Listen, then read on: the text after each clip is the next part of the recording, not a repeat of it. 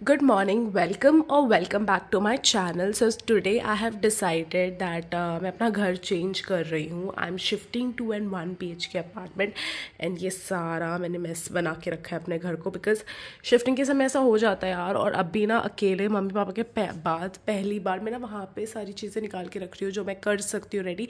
कल मैंने और मानसी ने ऑलरेडी 2 बैग जाके रख कर आ गए मेरे उस फ्लैट पे. तो मैं 1 BHK में एक्चुअली शिफ्ट हो रही हूँ. Actually it's a studio, so finally we are shifting there and मैं सब कुछ रख कर आ गई हूँ.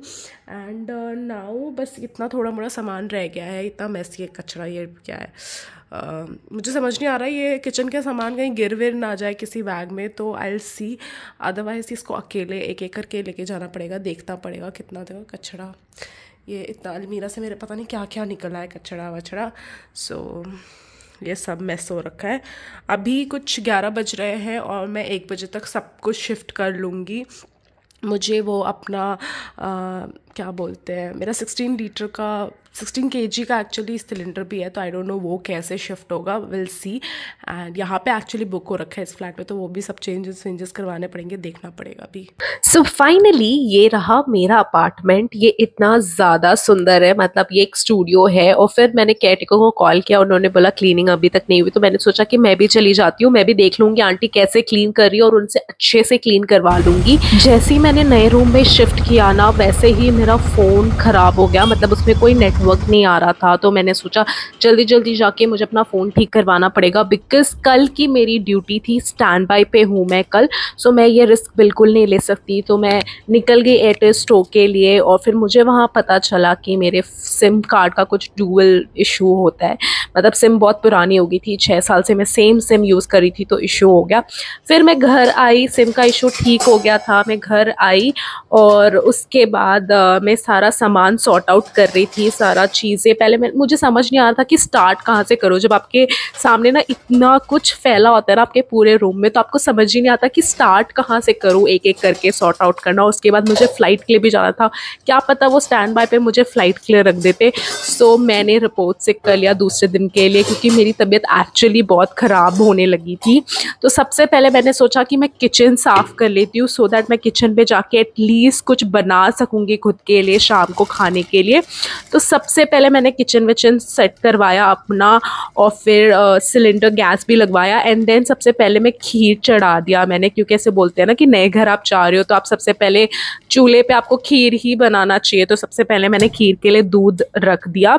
और ये जब तक मेरा दूध बॉयल हो रहा था, उसी समय पे मैं अपने बाकी सारे सामान क्लियर कर रही थी. एक तो ये दूध ना आइस बन गया था.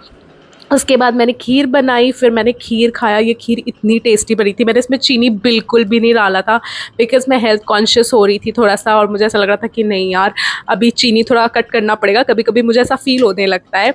उसके बाद फिर मैं थोड़ा बाहर शॉपिंग के लिए चली गई थी. फिर वापस आई तो मैंने थोड़े, मतलब मैं ड्राई फ्रूट्स नहीं पसंद है इसके अंदर, बट मैंने ड्राई फ्रूट्स थोड़े काटे, बिकॉज़ मुझे ये अपने सिक्योरिटी गार्ड को मैंने सोचा उनको भी देकर आ जाती हूँ. ये खीर कैसा टेस्ट करेगा पता नहीं, बट देकर आ जाती हूँ. तो मैंने ये उनके लिए ड्राई फ्रूट्स आलमंड्स काटे, और फिर मैं ये रेडी करके नीचे लेके जा रही थी कि उनको देकर आती हूँ. क्योंकि मैंने उन्हें ऑलरेडी पहले ही बोला था कि अगर मुझे इस बिल्डिंग में घर मिल गया ना, तो मैं आपको सबसे पहले खीर खिलाऊँगी, कुछ बनाऊँगी. तो सो इसलिए मैं उनके लिए लेके जा रही थी बहुत प्यार से पैक करके. इसमें मैंने एक छोटा सा स्पून भी रख दिया था उनके लिए, सो दैट वो वहीं पर बैठ के खा सके.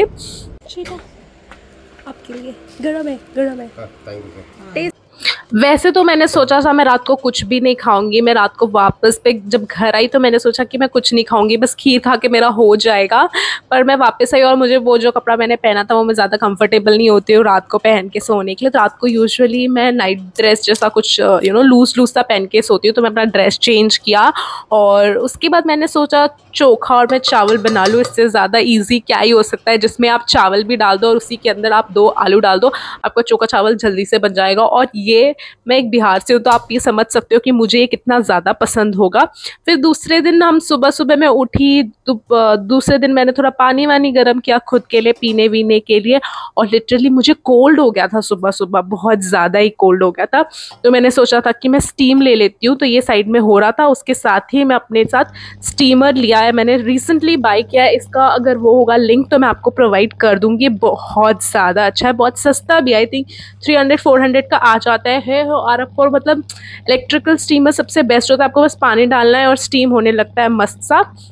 सो ये मैंने स्पेशली लिया है क्योंकि मैं फ़्लाइट के बाद आने के बाद यूजुअली ट्राई करती हूँ कि मैं स्टीम ले लूँ, बिकॉज कोल्ड तो मैं अफोर्ड ही नहीं कर सकती ये वाले फ्लाइंग वाले। स्टीम लेने के बाद मुझे ना बहुत ज़्यादा भूख लग गई थी, और ब्रेड बटर जैम तो मेरा ऑल टाइम फेवरेट है। जब मुझे कुछ भी बनाने का मन नहीं करता तो मैं ब्रेड बटर जैम ही खाती हूँ, और कुवैत का जैम तो मुझे सबसे ज़्यादा पसंद है। तो मैं कुवैत से जैम लेकर आई थी। तो मैंने अपने लिए सुबह सुबह ब्रेकफास्ट में ब्रेड बटर जैम बनाया। और आज की वीडियो के लिए बस इतना ही। If you like my video, please like, share and subscribe to my channel. Thank you for watching. Bye bye, take care.